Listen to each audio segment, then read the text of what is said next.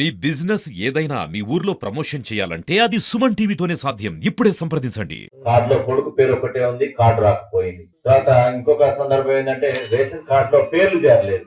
ఏది కోడలు పెళ్ళైంది, ఆ తల్లిగారింట్లో తీసేసింది కానీ అత్తగారింట్లోకి వచ్చింది కానీ ఆ పేరు రావట్లేదు. తర్వాత మనవాడి పేరు రావట్లేదు, పిల్లగాడి పేరు రావట్లేదు. ఇట్లా యూనిట్లు కట్ అయినాయి, అవునా కదా? వాళ్ళకి బియ్యం రావట్లేదు. ఆ రంది బాగా ఉంది. కొత్త రేషన్ కార్డు లేదు, ఈ రంది కూడా ఉంది. సో ఈ రేషన్ కార్డు ఇవ్వాలని ప్రజాపాలనలో ప్రభుత్వం, మన యొక్క తెలంగాణ ప్రభుత్వం, ముఖ్యమంత్రి గారు రేవంత్ రెడ్డి గారి ఆధ్వర్యంలో మొత్తం కూడా ఈ రేషన్ కార్డుల సమస్య చాలా తీవ్రంగా ఉంది. ఇద్దామనే ఉద్దేశంతో మొత్తం కూడా రేషన్ కార్డులకు సంబంధించి డేటా అంతా కూడా స్వీకరించినాం. ప్రజాపాలనలో మీరు ఇచ్చిన దరఖాస్తులు ఉన్నాయి.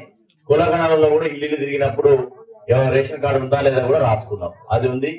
తర్వాత ఈ రేషన్ కార్డు మనకి ప్రజాపాలనలో కూడా ఆ రోజు ఆ ప్రోగ్రామ్ లో లేకపోయినా మీరు రాసిచ్చారు, అది తీసుకున్నాం.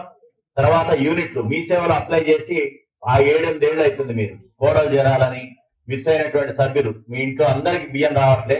ఆ డీలర్ దగ్గర పోతే మీరు 6 ఉంటే 4కే ఇస్తుండ్రు, ఎందుకంటే ఆ 2 యూనిట్లు లేవు మా దగ్గర, 2 పేర్లు లేవు అంటున్నాడు, కట్ చేస్తున్నాడు అనే ఉద్దేశంతో మీ సేవలు అప్లై చేసుకున్నారు. అది కూడా ఇంతవరకు రాలేదు.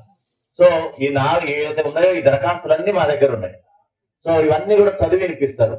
మా యొక్క తహసీల్దార్ గారు, ఎంపీడీఓ గారు అందరు ఉన్నారు. పేరు చదివి వినిపిస్తారు. మీరు చేయాల్సింది ఏంటంటే జాగ్రత్తగా వినాలా, పేరు ఉందా లేదా మీద అనేది వినాలా. దాంట్లో కానీ దీంట్లో కానీ ఇవన్నీ అర్హుల జాబితా కాదు, ఇదంతా కూడా జాబితా, కిక్ అయిన జాబితా కాదు. కొంత వెరిఫై చేసి కొంత చేయాల్సిన అవసరం ఉంది.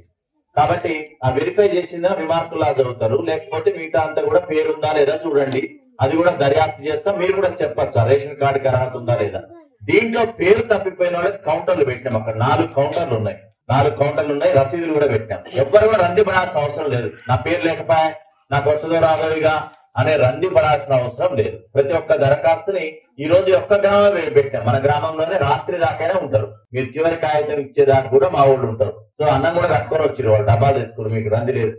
సో కాబట్టి వాళ్ళందరూ కూడా అక్కడే ఉండి మీ దరఖాస్తులు తీసుకుంటారు. మీరు వినాల్సింది ఏంటంటే మీ పక్కింటి వాళ్ళది కానీ వాళ్ళది కానీ అందరు తినండి. అందరు రాకపోవచ్చు, అందరిది ఉందా లేదా, అర్హులైన వాళ్ళది అందరిది ఉందా లేదా, రావాల్సిన కార్డులు అన్ని వస్తున్నాయా లేదా, పేరు వస్తుందా లేదా, ఆ పేర్ల మీద కూడా మేము ఎంక్వైరీ చేస్తాం. దానికి అర్హతలు కూడా మీకు తెలుసు. కార్లు ఉండద్దు, పెద్దవాళ్ళకి ఎందుకు రేషన్ కార్డు, తర్వాత 2,50,000 రూపాయలకు పైబడి ఆదాయం ఉండద్దు, ఇట్లాంటివన్నీ కూడా తెల్ల రేషన్ కార్డు నిబంధనలు ఉన్నాయి.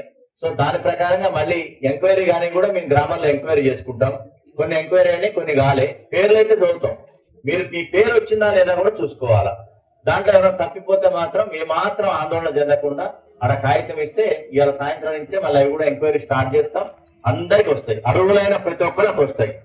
అర్హులైన ప్రతి ఒక్కళ్ళు కూడా రేషన్ కార్డు కానీ సభ్యుడి చేరిక కానీ అందరికి వస్తాయి. అది మాత్రం ఎక్కడ కూడా నా పేరు రాలే కాబట్టి నా పేరు కొట్టేసిర్రు, ఎవరో తీసేసిర్రు, ఇవన్నీ మనసులో పెట్టుకోకరు.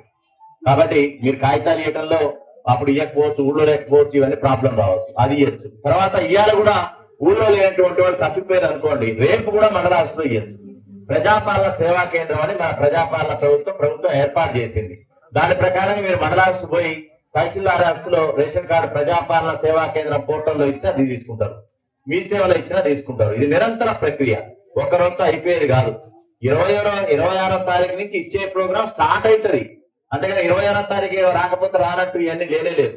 చివరి అర్హత ఉన్న వ్యక్తి వరకు కూడా రేషన్ కార్డు కానీ మీ రేషన్ కార్డులో కట్ అయినటువంటి సభ్యుడికి చేర్చడం కానీ ఇవన్నీ కూడా కార్యక్రమం కొనసాగుతుంది. ప్రభుత్వం చాలా స్పష్టంగా ఉంది.